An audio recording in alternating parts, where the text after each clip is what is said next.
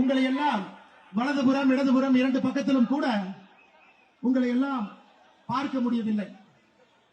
சின்ன கலைவாணர் ஐயா நம்முடைய அன்பையெல்லாம் பெற்றிருக்கக்கூடிய, மதிப்பு மரியாதை எல்லாம் பெற்றிருக்கக்கூடிய ஐயா விவேக் அவர்களுடைய துணைவியார் அவர்கள் திருமதி அருள்செல்வி அவர்கள் இங்கே சிறப்பு விருந்தினராக இந்த நிகழ்ச்சியில பங்கெடுத்துக் கொண்டிருக்கின்றார்.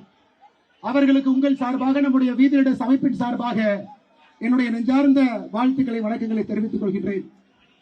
இந்த நிகழ்ச்சிக்கு சென்னையில யார் சிறப்பு விருந்தினராக வந்து நம்ம எல்லாம் ஊக்கப்படுத்த வேண்டும் என்று கேட்டால் ஒரே ஒரு மனிதர் மட்டும்தான் இருக்கிறாங்க. விவேக் ஐயா அவருடைய குடும்பத்திலிருந்து ஒருவர் வந்து வர வேண்டும்.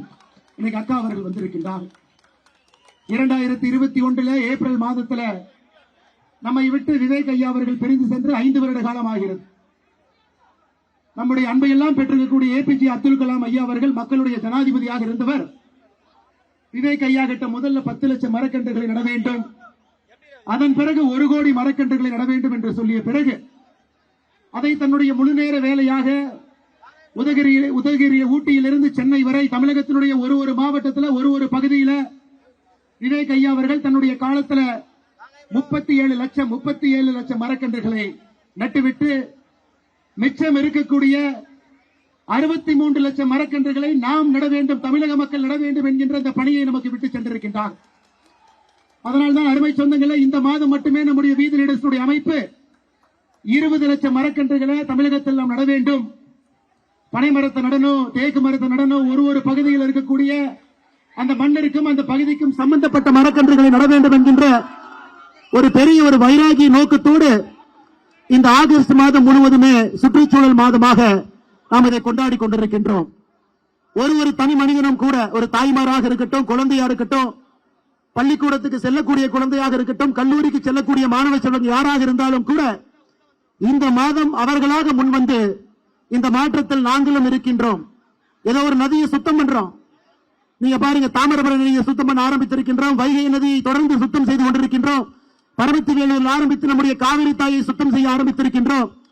கன்னியாகுமரியிலிருந்து தூத்துக்குடி வரை 175 கிலோமீட்டர் கடற்கரையை கடந்த 4 வாரங்களாக சுத்தம் செய்து கொண்டிருக்கின்றோம். வீதியிட அமைப்பை பொறுத்தவரை ஒரு பணியை எடுத்த பின்பு அதை முழுமையாக முடித்து காட்டி தமிழகத்தில் இந்த ஓராண்டுகள், இந்த 365 நாள் முடியும் பொழுது ஒரு டெமான்ஸ்ட்ரபிள் டிஃபரன்ஸ், மக்கள் தன் கண் முன்னால் ஒரு மாற்றத்தை பார்க்கணும். அதற்குத்தான் வீதியிட அமைப்பு முழுமையாக உங்களுடைய அன்பையெல்லாம் பெற்று, இங்க யாரும் தொண்டர்கள் கிடையாது, எல்லோரும் தலைவர்கள் என்கின்ற நோக்கத்தில் இந்த பணியை செய்து கொண்டிருக்கின்றோம். இந்த மாதம் மட்டுமே ஆகஸ்ட் மாதம் இதுவரை 16 நாள்ல கிட்டத்தட்ட 1400க்கும் மேற்பட்ட நிகழ்வுகள் தமிழகத்தில் சுற்றுச்சூழல் சம்பந்தமாக நடந்திருக்கிறது. கடற்கரையாக, ஏரி குளமாக, பனைமரம் வைப்பதாக இருக்கட்டும், சுத்தம் செய்வதாக இருக்கட்டும், கிட்டத்தட்ட 1,06,000 கிலோ 1,06,000 கிலோ, 100 டன்னுக்கு மேல பிளாஸ்டிக் குப்பைகளை மட்டும் வீதியிட அமைப்பு இந்த 16 நாள்ல தமிழகத்தில் நாம் எடுத்திருக்கின்றோம். அவரை சொந்தங்களை நாம் நம்முடைய சொந்தங்களை யோசிக்கணும். எத்தனை பேர் கையில காலில தைரியமா உள்ள நடந்து போய் பாதுகாப்பு உபகரணங்கள் கூட போடாம அந்த குப்பையெல்லாம் எடுக்கும் பொழுது நமக்கே நெஞ்சு வலிக்கிறது. வைகை நதியில பார்த்தாங்க, நிக்கவே முடியலங்க, அந்த அளவுக்கு குப்பை கூலம்.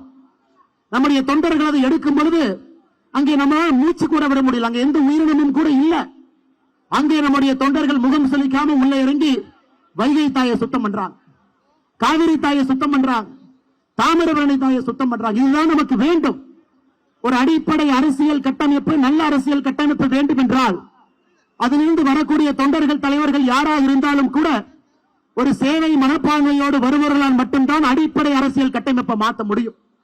அதை நம்ம இன்னைக்கு வீதியிட அமைப்பு நாம் எல்லோரும் தலைவர்களாக ஒரு படியாக சென்று கொண்டிருக்கின்றோம். 73 நாட்கள் நீங்க யோசிச்சு பாருங்க, இந்தியாவில் எத்தனை அமைப்பு ஆரம்பிக்கப்பட்ட 73 நாட்கள்ல எத்தனை அமைப்புக்கு 20 லட்சம் பேர் தன்னார்வலாக இருக்கின்றார். எத்தனை அமைப்புகள் இருக்கிறார்? ஆண்டாண்டு காலமாக இருந்த அமைப்புகள் இருக்கிறாங்க, ஆண்டாண்டு காலமாக இருந்த அரசியல் கட்சிகள் இருக்கிறாங்க. ஆனா ஆரம்பித்த 73 நாட்கள்ல 20 லட்சம் நம்முடைய இலக்காக இருக்கக்கூடிய 50 லட்சத்தை நோக்கி போயிட்டு இருக்கோம். பத்திரிகை நண்பர்களுக்கு தெரியும் இந்த கவுண்டரை போய் பார்த்துக்கலாம். நான் யாருக்குமே சொல்லல, அண்ணா நீங்க போய் இன்னொருத்தரை சேர்த்துங்க, நீங்க போய் நம்பரை கூட்டிட்டு வாங்க, நமக்கு எண்ணிக்கை எப்பொழுதுமே வேண்டாங்க ஐயா. ஒருவராக நம்முடைய அமைப்பை பார்த்து, வேலையை பார்த்து, மாற்றத்தை பார்த்து வரக்கூடிய ஒருவராக வந்த 50 லட்சத்தை எட்டணும். நாளைக்கு காலையில் நம்ம எளியா சொல்லலாம், 20 லட்சம் பேர் ஆளுக்கு இன்னொருத்தர கூட்டிட்டு வாங்க, 40 லட்சம் ஆயிருங்க. இல்லை, அது நோக்கம் அல்ல. வீதியிட அமைப்பினுடைய நோக்கம் மாற்றத்திற்காக வரக்கூடிய 50 லட்சம் பேர் வந்த பிறகு இதை அரசியலாக நாம் மாற்றி மக்களுக்கான அரசியலாக இதை நாம் கையில் எடுக்க போகின்றோம். அதனால் நமக்கு பொறுமை மிக மிக முக்கியமாக இருக்கிறது. காரணம், அடிப்படை அரசியலிருந்து மாற்ற வேண்டும் என்ற கிளம்பி வந்திருக்கின்றோம். தலைவர்கள் டெல்லியில் அமர்ந்து தமிழ்நாட்டுக்கான முடிவை எடுக்கக்கூடாது. சென்னையிலே முக்கியமான வீட்டில் உட்கார்ந்து தலைவர்கள் முடிவெடுக்க கூடாது. தலைவர்கள் என்பது ஒரு கிராமத்தில், அங்கே கிராமத்துக்கான முடிவுகளை அந்த தலைவர்கள் எடுக்கணும். ஒரு நகரத்தில் தலைவர்கள் அமர்ந்து இந்த முடிவு எடுக்கணும். ஆனால் டெல்லியினுடைய காலம் சென்னை சென்ட் ஜார்ஜ் கோட்டையில் அமர்ந்துதான், அல்லது நான் போயஸ் கார்டனில் அமர்ந்துதான், அல்லது நான் ஈசிஆர் பனையூரில் அமர்ந்துதான், அல்லது நான் கோபாலபுரத்தில் அமர்ந்துதான் முடிவெடுப்பேன் என்கின்ற காலம் எல்லாம் மாறிவிட்டது. அருமை சொந்தங்களே, நான் யாரையும் குறையாக குற்றமாக சொல்லல. அடிப்படையில் இருக்கக்கூடிய தலைவர்கள் அடிப்படையில் அவர்கள் ஊருக்கான, அவர்களுடைய சமுதாய பிரச்சனைக்கான தீர்வு அவர்களாக எடுக்கும் பொழுது மட்டும்தான் நிலையான அடிப்படை அரசியல் மாற்றம் நடக்கும். நிறைய பேர் சொல்றாங்க, இன்னைக்கு நாம சுற்றுச்சூழலை பற்றி பேசிக் கொண்டிருக்கின்றோம், என்னவெல்லாம் செய்யறோம் நாம பேசிக் கொண்டிருக்கின்றோம். சென்னையை பொறுத்தவரை வேகமாக வளர்ந்து வரக்கூடிய இந்தியாவுடைய மிக முக்கியமான ஒரு தலைநகர், கோடிக்கணக்கான மக்கள் வசிக்கக்கூடிய ஒரு பகுதி, கிரீன் கவர் வெஜிடேஷன் பச்சையாக இருக்கக்கூடிய பகுதி. சென்னை மாநகரத்தை எடுத்துக்கிட்டீங்கன்னா 10 ஆண்டுகளுக்கு முன்பு 25%, இன்னைக்கு வெறும் 10% தாங்க. வெறும் 10% தான் சென்னையில பச்சை இருக்கக்கூடிய கிரீன் கவர் இருக்கு. 90% கான்கிரீட் ரோடு தாங்க ஐயா இருக்கு.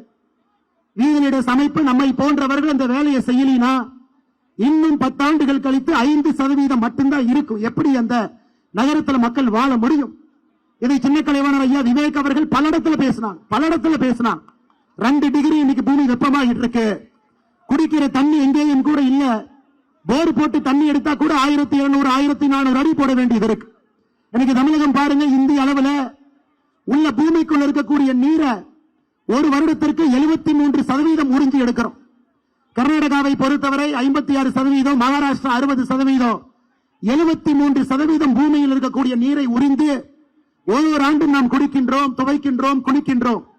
அப்ப 1 வருஷம் 2 வருஷம் மழை வரவில்லை என்றால் ரீசார்ஜ் ஆகலினா அன்னைக்கு வறட்சியும் பந்தமும் வந்துவது அருமை சொந்தங்கள். அதனாலதான் ஏரி குளத்தை சுத்தம் பண்றோம். தமிழகத்தில் 1,06,957 நீர்நிலைகள் இருக்கு. 1,06,000 நீர்நிலைகள். எத்தனை நீர்நிலைகள்ல தண்ணி இல்லைன்னு கேட்டீங்கன்னா 50,197 நீர்நிலைகள்ல தண்ணி இல்லை. இந்த புள்ளி விவரம் நான் கொடுக்கலீங்க ஐயா, மத்திய அமைச்சர் ஜல்சக்தி துறையினுடைய அமைச்சர் அவர்கள் குறித்த புள்ளி விவரம். தமிழகத்தில் இருக்கக்கூடிய 1,06,000 நீர் குளங்கள் நீரை இல்லைங்க ஐயா, ஏரி குளத்தில் இல்ல. 50,197 நீர்நிலைகள் இன்னைக்கு பயன்பாட்டில் இல்ல, என்கரேஜ்மெண்ட்ல போயிருச்சு. வீடு கட்டி இருக்காங்க. அதையெல்லாம் நம்முடைய சொந்தங்கள் ஒரு இடத்திலையும் பட்டாவை பார்த்து, தாசில்தாரை பார்த்து, அரசு அதிகாரிகளை பார்த்து, சுதந்திர தினத்தன்றைக்கு தமிழ்நாட்டில் 12,525 இடத்துல கிராம சபை கூட்டத்தில் போய் உட்கார்ந்து பேசி அதையெல்லாம் அடிப்படை அரசியல் இருந்து செய்து கொண்டிருக்கின்றார். அருமை சொந்தங்களே, இத்தனை வேலையை நம்முடைய வீதி நடேசனுடைய அமைப்பு ஒரு இடத்திலும் கூட செய்து கொண்டிருக்கின்றோம். இதையெல்லாம் நாம் பெருமையாக கர்வமாக நினைக்கணும். காரணம், நமக்கு பொறுப்பு கிடையாது, கவர்மெண்ட் பணம் கிடையாது, அரசு சம்பளம் கிடையாது, மக்களுடைய வரிப்பணத்தில் நாம வாழல. இங்கு இருக்கக்கூடிய நாம் எல்லோருமே ஒரு பெரிய இலக்கோடு தமிழக மக்களுக்காக பணி செய்ய வேண்டும் என்கின்ற ஒற்றை கருத்துல சமுதாய இலக்கமாக நாம் வேலை செய்து கொண்டிருக்கின்றோம். அருமை சொந்தங்களை, நிறைய பேர் சொல்றாங்க அண்ணாமலை என்ன அரசியலே பேசுறது இல்ல அப்படின்னு. அவர் கொஞ்சம் அரசியல் பேசணும், அண்ணாமலை என்ன கொஞ்சம் அரசியல் பேசணும், பழைய மாதிரி பேசணும். ஐயா, இந்த உலகத்தில் அரசியல் பேசுறதுதான் ரொம்ப எளிமையான ஒரு வேலைங்க ஐயா. விமான நிலையத்துக்கு வெளியே வந்தீங்கன்னா பத்திரிகை நண்பர்கள் இருப்பாங்க, ரயில்வே ஸ்டேஷனுக்கு வெளியே வந்தா பத்திரிகை நண்பர்கள் இருப்பாங்க. பத்திரிகை நண்பர்கள் அவங்களுடைய கடமையை செய்வதற்காக மைக்கை நீட்டுவாங்க. இன்னைக்கு அரசியல் எப்படி இருக்குன்னு நீங்க யோசிச்சு பாருங்க. எதிர்கட்சியா இருந்தா ஆளுங்கட்சி சரியில்லை, ஆளுங்கட்சியா இருந்தா எதிர்கட்சி சரியில்லை. இந்த அரசியலை பேசுவதற்கு எதற்கு அண்ணாமலை அங்க போகணுங்க ஐயா? நாம் இந்த அரசியலை செய்வோம், அடிப்படை மாற்றத்திற்கான அரசியலை செய்வோம். தமிழகத்தில் இப்பதான் இத்தனை ஆண்டு காலம் கழித்து மக்களுக்கு பிடிக்குதோ இல்லையோ ஒரு புரட்சி நடந்திருக்கு. ஒரு முதலமைச்சர் ஆட்சிக்கு வந்திருக்கிறாங்க. நான் எல்லா இடத்திலும் கூட சொல்வது, ஓராண்டு காலம் கொடுங்க, ஒரு ஆண்டு காலம் கொடுங்க. 108 எம்எல்ஏ வந்ததுல 101 எம்எல்ஏ இப்பதான் முதல் டைம் சட்டமன்றத்துக்குள்ள எட்டி பார்க்கிறாங்க. சட்டமன்றத்துக்குள்ள எட்டி பார்க்கிறாங்க. கை குழந்தையோடு வந்திருக்கின்றார். மொத்தம் 234 எம்எல்ஏ 154 பேர் முதல் முறையாக சட்டப்பேரவைக்குள்ள 2026 தேர்தலுக்கு பிறகு கால் எடுத்து வைத்திருக்கின்றார். அவர்களுக்கு நான் எல்லா இடத்திலும் சொல்வது, ஒரு வருஷம் கொடுப்போம், வேலையை செய்யட்டும். அவர்கள் வேலையை சரியாக செய்யவில்லை என்றால் முதல் குற்றச்சாட்டு வைப்பவர்கள் நாமத்தான் இருப்போம். அதில் எந்த மாற்று கருத்தும் இல்லை. ஆட்சிக்கு வந்து இன்னைக்கு 100 நாள் கூட ஆகல, செய்யட்டும், பார்ப்போம். சில விஷயங்கள் சரியா செய்யறாங்க, சில விஷயங்கள் தவறா செய்யறாங்க. தவறுகள் செய்யும் பொழுது நாம் சுட்டி காட்டுகின்றோம். அதையும் சில இடத்துல திருத்திக் கொண்டிருக்கின்றார்கள். அரசு செய்யக்கூடிய வேலையை நாமும் செக் பண்ணி அவர்களுக்கு ரிப்போர்ட் கொடுக்கிறோம். டாஸ்மார்க் எத்தனை கடைகள் இன்னும் 500 மீட்டருக்குள் இருக்கு, அதையும் அரசு ஆமோதித்து நடவடிக்கை எடுக்கிறாங்க. அதை நான் நிச்சயமாக பாராட்டுகின்றேன். அது நல்ல ஒரு அரசியல் போக்கு. ஒரு வருட காலம் தப்பு பண்றாங்கன்னா நம்ம பேசுவோங்க ஐயா. இன்னைக்கு எனக்கு தெரியும், தமிழகத்துல எதிர்க்கட்சி நண்பர்கள் நிறைய பேர் நம்மளை பார்த்து சொல்றாங்க, அண்ணே நீங்க அரசியலே பண்ணல. எனக்கு எதிர்க்கட்சி பண்ணக்கூடிய அரசியல் என்னன்னா, எப்படியாவது இந்த ஆளுங்கட்சியை கவுத்து ஆட்சிக்கு வர வேண்டும் என்பதுதான் எதிர்க்கட்சிகள் செய்யக்கூடிய அரசியலா இருக்கு. அதுக்கு ஆபரேஷன் மெகாலயான்னு ஒரு பேரு, புள்ள முடிக்கிற மாதிரி 10 எம்எல்ஏ பிடிச்சிட்டு வாங்க, அவங்கள சபாநாயகரின் மீது நம்பிக்கையில்லா தீர்மானத்தை கொண்டு போங்க, அதுல ஆட்சியை கவலுங்க ஐயா. தப்பா ஆட்சி பண்ணா ஆட்சியை கவலுப்புங்க ஐயா. ஒரு வருஷம் எல்லாரும் நேரம் கொடுங்க. எதற்கு காலையில வெந்நீரை ஊற்றியது போல எல்லாம் அப்படி சுத்திக்கிட்டே இருக்கிறீங்க, வேலை செய்யட்டும். அதே போல மத்திய அரசை பொறுத்தவரை இன்னைக்கு நண்பர்களுக்கு இந்த மேடையில் நான் சில விஷயத்தை போட்டு உடைக்க விரும்புகின்றேன். எனக்கு நிறைய நம்முடைய பிஜேபி நண்பர்களாக இருக்கட்டும், மாற்றுக் கட்சி நண்பர்களாக இருக்கட்டும், அண்ணாமலை இன்னும் பிஜேபி விட்டு வரலீங்க, அவர் பிஜேபி பி டீமுங்க. அவர் டெல்லி எப்படி போனார் பாத்தீங்களா? ஜம்முன்னு போனார். 4 நாள் ரிசைன் பண்றார். அமித்ஷாவை பார்த்தார், எல்லாத்தையும் பார்த்தார். ஆனா சண்டையே போடலையே. சண்டை போட்டா தானே அவர் பிஜேபிக்கு எதிரி. சண்டையே போடலையே. அவர் மரியாதை நிமித்தமாக எல்லாத்தையும் பார்த்துட்டு, ஐயா உங்க வேலையில் நீங்க போங்க, என் வேலையில் நான் போறேன், எனக்கு ஒரு புது விதமான அரசியல் எண்ணம் இருக்கு, இதுல செஞ்சுக்கிறேன். அதுவும் போய் தான் அமித்ஷா அண்ணாமலையோட காதில் ஏதோ சொல்லி தமிழ்நாட்டுக்கு அனுப்பிச்சிருக்காரு. அது அண்ணாமலை பக்காவாக தமிழ்நாட்டில் வந்து செய்வதற்காக பிஜேபி பிளீன்டீன். ஆமா உண்மைதான். அமித்ஷா என் காதில் ஒரு விஷயத்தை சொன்னார். இத்தனை காலமாக சொல்லுங்க, இந்த மேடையில சொல்றேன். அமித்ஷா அவர்கள் என்னைய டெல்லிக்கு வர சொன்னாரு, டெல்லியில பொறுப்பெடுக்க சொன்னார். 3 ஆண்டுகளுக்கு மேல டெல்லியில் வந்து இருக்க வேண்டும் என்று சொன்ன பொழுது நமக்கு அது ஒத்து வராதுங்க ஐயா, நான் தமிழ்நாட்டில் இருந்துக்கிறேன், நமக்கு அது வேண்டாங்க ஐயா, நான் இங்கேயே சின்னமா பாவமா இங்கேயே மக்கள் சேவை பண்ணிக்கிட்டு நம்முடைய நண்பர்களோடு சகோதர சகோதரர்களோடு இங்கேயே இருந்துக்கிறேன். அதுல சில நண்பர்கள் அண்ணாமலை அமெரிக்கா போயிடுவார், டெக்சாஸ் போயிடுவார், கலிபோர்னியா போயிடுவார். ஐயா இந்த கை இந்த குப்பை தாங்க எடுத்துட்டு இருக்கு, எங்கேயும் போல. டெல்லியே போகாத இந்த அண்ணாமலை எங்க அமெரிக்காவுக்கு போக போறான்? சரி, நான் சொல்றேன், சில பிஜேபி காரங்களுக்கு நம்பிக்கை இல்லையா? 20ஆம் தேதி அமித்ஷா தமிழ்நாடு வர்றாரு. ஐயா அண்ணாமலைக்கு ஏதோ ஆஃபர் கொடுத்தீங்களாமா? அவர் வேண்டான்னு சொல்லிட்டு வந்தாராமா? என்ன ஆஃபர் கொடுப்பீங்கன்னு அமித்ஷாவை கேளு. எப்பொழுதுமே அரசியலை பொறுத்தவரை ஒரு பிரின்சிபலோடு மட்டும்தான் நான் அரசியலை செய்திருக்கின்றேன். இங்கே பாரதிய ஜனதா கட்சியினுடைய மாநில தலைவராக இருந்த பொழுது தமிழ்நாட்டுக்கு எதிராக கர்நாடகாவில் மேகதாது அணை கட்டுகின்றார்கள் என்று தெரிந்து அங்கே ஆளுங்கட்சியாக இருந்த பாரதிய ஜனதா கட்சிக்கு எதிராக தமிழ்நாட்டில் பாரதிய ஜனதா கட்சி போராடியது நான் சுட்டிக்காட்ட விரும்புகின்றேன். இன்னைக்கு தலைவர்கள் டெல்லியில் அழைத்தது நிஜம். எதுக்கு தம்பி ஒரு பிஜேபியில இருந்து இன்னொரு பிஜேபி மேல போராடுறீங்கன்னு கேட்டார். ஐயா அந்த பிஜேபி கர்நாடகாக்கு இருக்கட்டும், இந்த பிஜேபி தமிழ்நாட்டுக்கு இருக்கட்டும் ஐயா. மேகதாத்து கட்டுறாங்க, அதை எதிர்த்து மட்டும்தான் போராடினோம். ஒரு கட்சியில் இருந்த பொழுதும் சரி, கட்சியில் இல்லாத பொழுதும் சரி, எப்பொழுதும் தமிழினத்திற்காக மட்டும்தான் நாங்கள் நின்றிருக்கின்றோம், நிற்போம். மாற்றத்திற்காக உங்களோடு எப்பொழுதும் இருப்போம் என்று இந்த மேடையிலே சொல்வது என்னுடைய கடமையா இருக்கு. நானும் பேச வேண்டாம்னு பாக்குறேங்க ஐயா, அதிகமா பேச வச்சிட வேண்டாம். 73 நாள் தான் ஆகுது, நிறைய விஷயங்கள் பேச வேண்டாம் என்று பார்க்கின்றேன். பொறுப்பாக நம்முடைய சமுதாய பணியை மட்டும் செய்வோம். இந்த வயசுல பேக் டோர்ல போய் பவர்ல உட்கார்ந்து அந்த பவருடைய சுவையை அனுபவிப்பது மகா பாவம், மகா தவறு. நமக்கு இது வேண்டாம். மக்களோடு இருந்து நேர்மையாக பணி செய்து மக்களால் தேர்ந்தெடுக்கப்பட்டு தமிழகத்தில் ஒரு ஆட்சி மாற்றத்திற்காக வீதிலிட அமைப்பு இருக்கும் என்கின்ற உத்தரவாதத்தையும் இந்த நேரத்தில் சொல்வது என்னுடைய கடமையாக நான் கருதுகின்றேன். இதெல்லாம் வெளியே சொல்ல வேண்டாம் தான் நினைச்சேங்க. ஒரு ரூமுக்குள்ள பேசுற 4 வார்த்தை எப்பவுமே ரூமுக்குள்ளதான் இருக்கணும்னு நினைக்கிறாள், அது வெளியே சொல்லக்கூடாது என்று நினைக்கின்றேன்.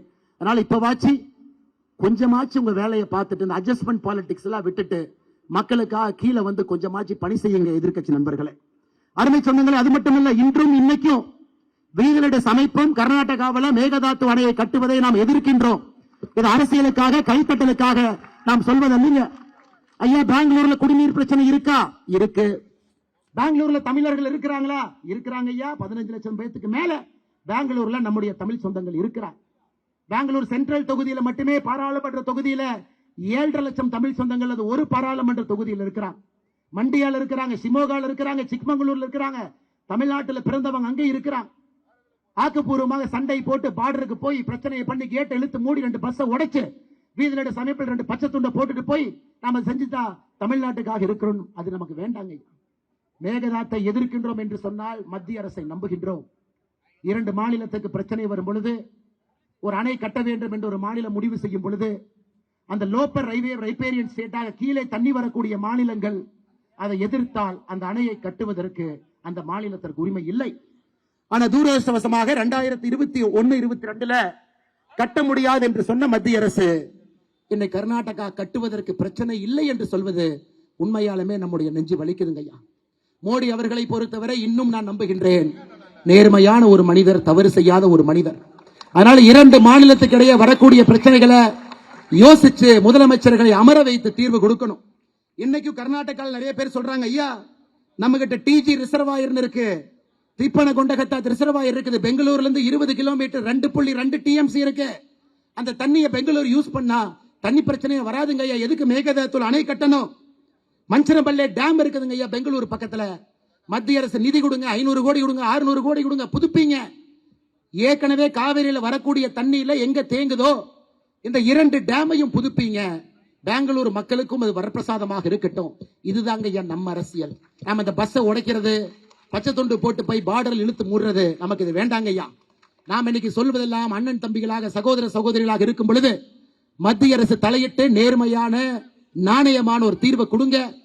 பெங்களூரு மக்களுக்கும் தண்ணி பிரச்சனை உறுதி செய்து கொடுங்க. ஏற்கனவே காவிரியில தண்ணி வரல, தயவு செய்து இன்னொரு அணையை 9,000 கோடி ரூபாய்க்கு கட்டி அந்த மேகதாத் அணை எங்க இருக்கு?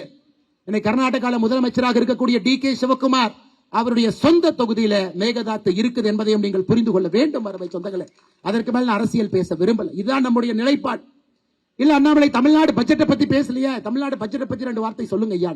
ஐயா இப்பதான் வந்திருக்கிறாங்க. நான் முதலமைச்சர் விஜய் சார் அவர்களுக்கு ஒரே ஒரு வேண்டுகோள் மட்டும்தான் வைக்கிறேன். ஐயா இந்த பட்ஜெட்டை பார்த்தோம், ஒரு 15,000 கோடி சேவ் பண்றீங்க, செலவினங்களை குறைக்க பாக்குறீங்க, 15,000 கோடி பிடிச்சு நிறுத்த பாக்குறீங்க. ஒரே ஒரு வேண்டுகோள் வைக்கிறேங்க ஐயா, நீங்கள் மிச்சம் பிடிக்கக்கூடிய 15,000 கோடியில முதல் 5,000 கோடி கிராமப்புறத்தில் இருக்கக்கூடிய நீர்நிலைகளை மேம்படுத்துவதற்காக அந்த 5,000 கோடி கொடுங்க. 5 வருஷம் 5,000 கோடி கொடுங்க.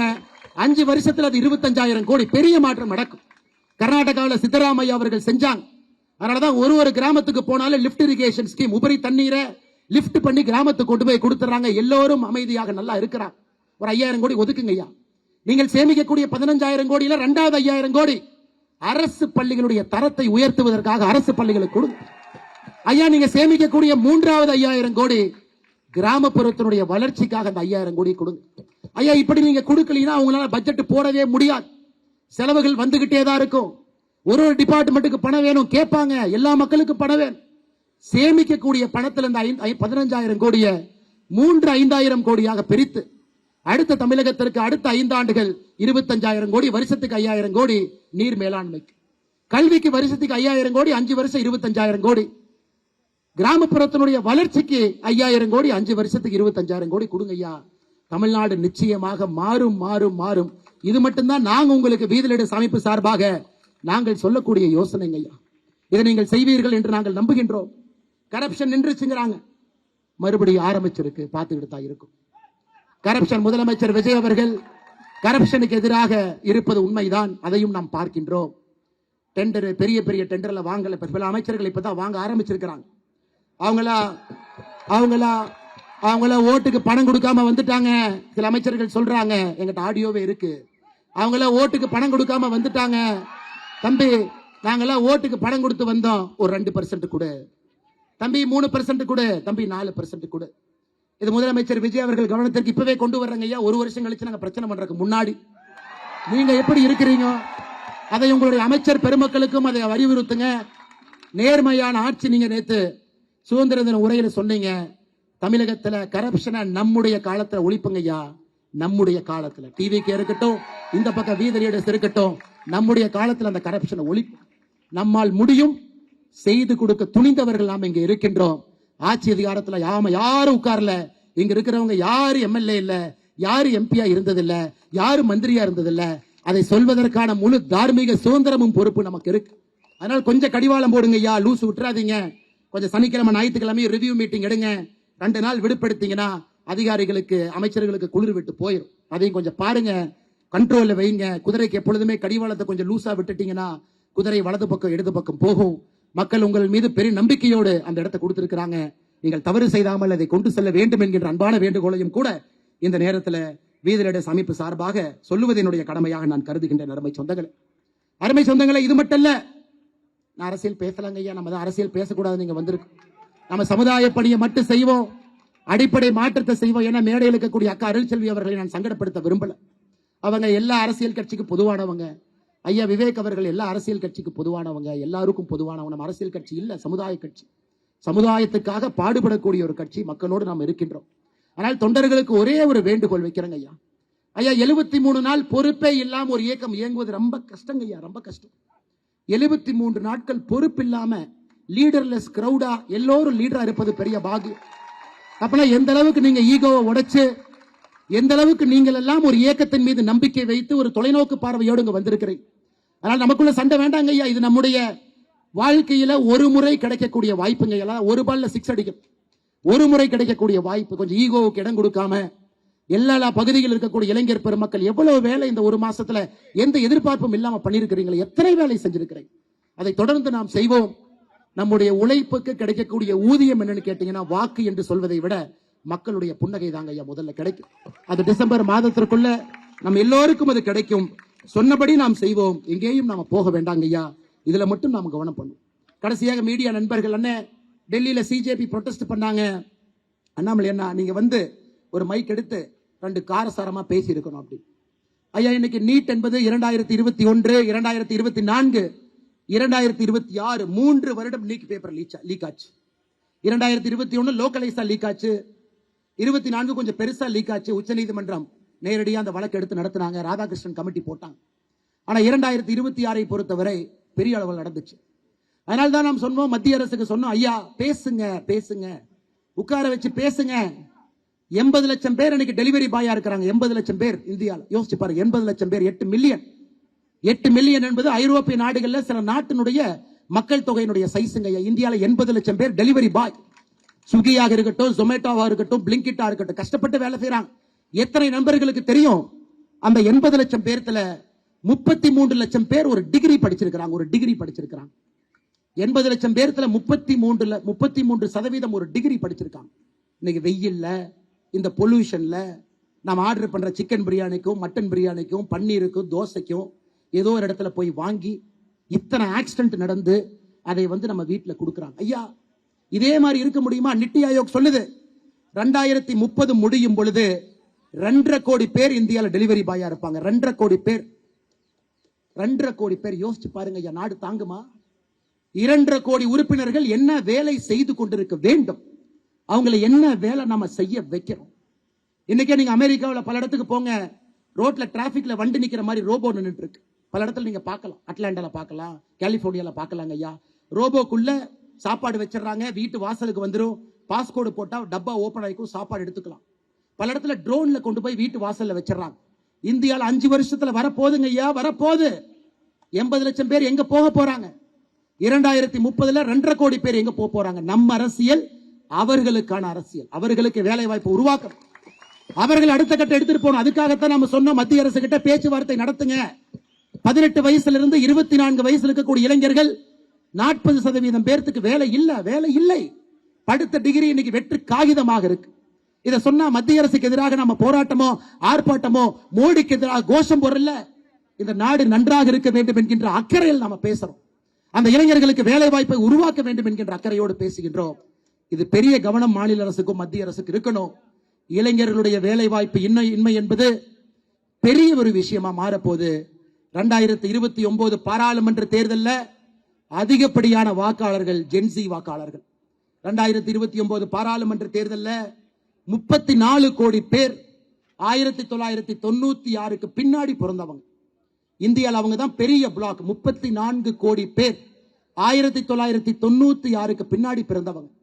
1980 96 நாம இருக்கக்கூடிய மில்லேனியல் 30 கோடி பேர், 65 கோடி பேர் 1980க்கு பின்னாடி பிறந்தவங்க ஓட்டு போட போறாங்க.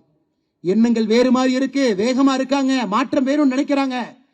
பழசையெல்லாம் ஏற்பதற்கு தயாராக இல்லை, நாளை காலையில மாற்றம் வேணுங்கிறாங்க. அதற்கும் we the leaders அந்த அரசியலுக்காக நம்மை நாம் புதுப்பித்துக் கொள்ள வேண்டும்.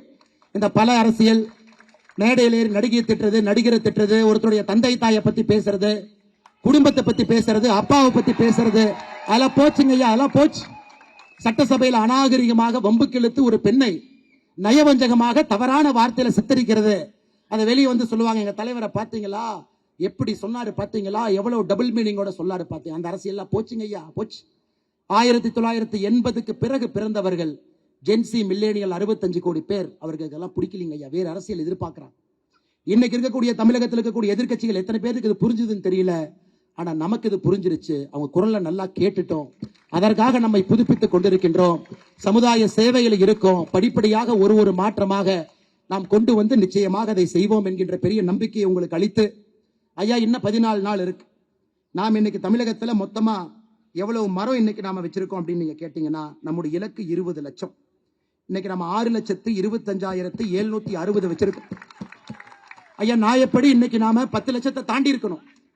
ஆனா ஒரு இயக்கம் 6 லட்சம் மரம் வைத்தது 16 நாள்ல மிகப்பெரிய சாதனை. நம்ம அதுக்காக பூரிப்படைந்தாலும் கூட நம்ம இலக்கு இன்னும் பெருசுங்க ஐயா, 20 லட்சம். பல இடத்துல ஐயா மர பற்றாக்குறையா இருக்கு, டோல் ஃப்ரீ நம்பருக்கு எல்லாரும் போன் பண்ணா மரம் கொடுக்க மாட்டாங்க, மரமே இல்ல, மரம் ரொம்ப ரேட்டு ஜாஸ்தி பண்ணி சொல்றாங்க. எல்லாத்தையும் நான் புரிஞ்சுக்கிறேங்க ஐயா. அதனால் நம்முடைய இலக்கு 20 லட்சம். படிப்படியாக எல்லா இடத்திலும் கூட ஒரு வாலண்டியர், ஒரு தன்னார்வலர், ஒரு மரத்தை நீங்க வைங்க அப்படிங்கறதா நம்ம இலக்கு. 7 லட்சம் மரத்தை வச்சு அக்கா சொன்ன மாதிரி விவேக் ஐயா 37 லட்சம், நாமெல்லாம் சேர்ந்து இந்த மாசம் 20 லட்சம் 57 லட்சம். அந்த இலக்கு 1 கோடியை நாம் செய்து அக்கா கையிலே ஒப்படைத்து விடலாம். எங்கே இருந்தாலும் கூட சின்ன கலைவாணர் அவர்களுடைய ஆதரவு, அன்பு தமிழக மக்களுக்கு இருக்குது. வீதி லீடர்ஸ்க்கு இருக்க வேண்டும் என்பது அவசியம் இல்லை. தமிழக மக்கள் எல்லோரும் சேர்ந்துதான் இதை பண்ணுகின்றோம். அதனால் இந்த கட்டுக்கடங்காத இந்த நிகழ்வு பெரிய கூட்டத்தில் ஆரம்பத்திலிருந்து நடந்து வர வேண்டும் என்று சொன்னார்கள். கை ஒரு பக்கம் இழுத்து, கால் ஒரு பக்கம் இழுத்து. ஒரு படத்துல கவுண்டமணி அண்ணனும் ரஜினி சாரும் ஒரு படத்துல சினிமா பார்க்க போவாங்க. முதல்ல டிக்கெட் வாங்கினவங்களுக்கு தங்க செயின், 2வது டிக்கெட் வாங்கினவங்களுக்கு மோதிரம். எனக்கு எனக்கு அப்படித்தாங்க ஐயா இருந்துச்சு. ஆனா கிடைத்த தங்க செயினும் மோதிரமும் நீங்க தாங்க ஐயா. அவ்வளவு தூரம் இங்க இழுத்து வந்து மேடைக்கு வந்து பார்க்கும் பொழுது அந்த கிடைச்ச தங்க செயினும் மோதிரமும் நீங்க தான். அதனால் தொடர்ந்து இருப்போம். நாம் யாரையும் முன்னிலைப்படுத்த போவதில்லை. என்னோட புகைப்படத்தையும் தவறுங்கன்னு பல இடத்துல கேட்கிற எல்லோரையும் முன்னிலைப்படுத்துங்க, உங்களை முன்னிலைப்படுத்துங்க, தலைவர்களை முன்னிலைப்படுத்துங்க, ஊரை முன்னிலைப்படுத்துங்க. அங்கிருந்து மாற்றம் கொஞ்சம் கொஞ்சமாக வரட்டும். வருங்காலம் நம்முடையது. கொஞ்சம் கூட சோம்பல் இல்லாம தளராம வேலையை செஞ்சுக்கிட்டே இருங்க, எதிர்பார்ப்பு இல்லாம செய்யுங்க. நிச்சயமாக மாற்றம் நம் பக்கம் வரும் என்று சொல்லி, மேடைக்கு இடதுபுறம், மேடைக்கு வலதுபுறம், மேடையினுடைய பின்புறம், மேடையில் மேல இருக்கக்கூடிய தலைவர்கள் எல்லோருக்கும் இந்த நேரத்தில் நன்றி தெரிவித்து, நம்முடைய சென்னை கார்பரேஷன்ல நம்முடைய கவுன்சிலராக இருந்து மக்களுக்கு பணி செய்து கொண்டிருக்கக்கூடிய அக்கா உமானந்த் அவர்கள் இந்த நிகழ்வுக்கு வந்திருக்கிறாங்க. அவர்கள் உட்பட மேடையில் இருக்கக்கூடிய எல்லா தலைவர்கள், இந்த நேரத்தில் நான் பேரை எங்கே இடத்துலயும் சொல்றது, தலைவர்கள் என்று சொன்னா எல்லா தலைவர்கள் தான். மேல இருக்கவங்க கடுமையா உழைச்சிருக்கிறாங்க. அமர் பிரசாத் ரெட்டி அவர் ஒரு 10 கிலோ வெயிட் குறைஞ்ச மாதிரி தான் எனக்கு இருக்குது பார்த்தா இன்னைக்கு. அதே போல கருநாகராஜ் அண்ணனாக இருக்கட்டும், அண்ணன் ஸ்ரீகாந்த் அவர்களாக இருக்கட்டும், சகோதரர் வினோத் அவங்க இருக்கிறாங்க. இந்த பக்கம் நம்முடைய சுமதி வெங்கடேஷ் அக்கா ஆரம்பித்து, நளினி அக்கா ஆரம்பித்து எல்லோரும் இங்க இருக்கிறாங்க. மிக முக்கியமாக இந்த நிகழ்ச்சிக்கு இதுல அரசியல் பண்ண மாட்டாங்க, மக்களுக்காக இருக்கிறாங்கன்னு 16 நாள் நம்ம வேலையை பார்த்துட்டு இவங்க எல்லா இடத்துலயும் வேலை செய்யறாங்க. இவர்களுக்கு நம்முடைய ஆதரவை கொடுக்க வேண்டும் என்று வந்திருக்கக்கூடிய அக்கா அருள்செல்வி அவர்களுக்கு இந்த நேரத்தில் என்னுடைய சிறப்பு வணக்கத்தை, வாழ்த்துக்களை, நன்றிகளை தெரிவித்து, இலக்கு 20 லட்சம் என்பதை மறந்து விடாதீர்கள். சுத்தம் செய்வோம், சுத்தம் செய்வோம், சுத்தம் செய்வோம். சமுதாயத்தினுடைய அழுக்கு மட்டுமல்ல, அரசியலினுடைய கரைபடிந்த அழுக்கையும் சுத்தம் செய்வோம். ஒரு மாற்றத்திற்காக நிற்போம் என்று சொல்லி, நம்முடைய பத்திரிகை நண்பர்களுக்கும் வந்திருக்கக்கூடிய எல்லா தன்னார்வ நண்பர்களுக்கும்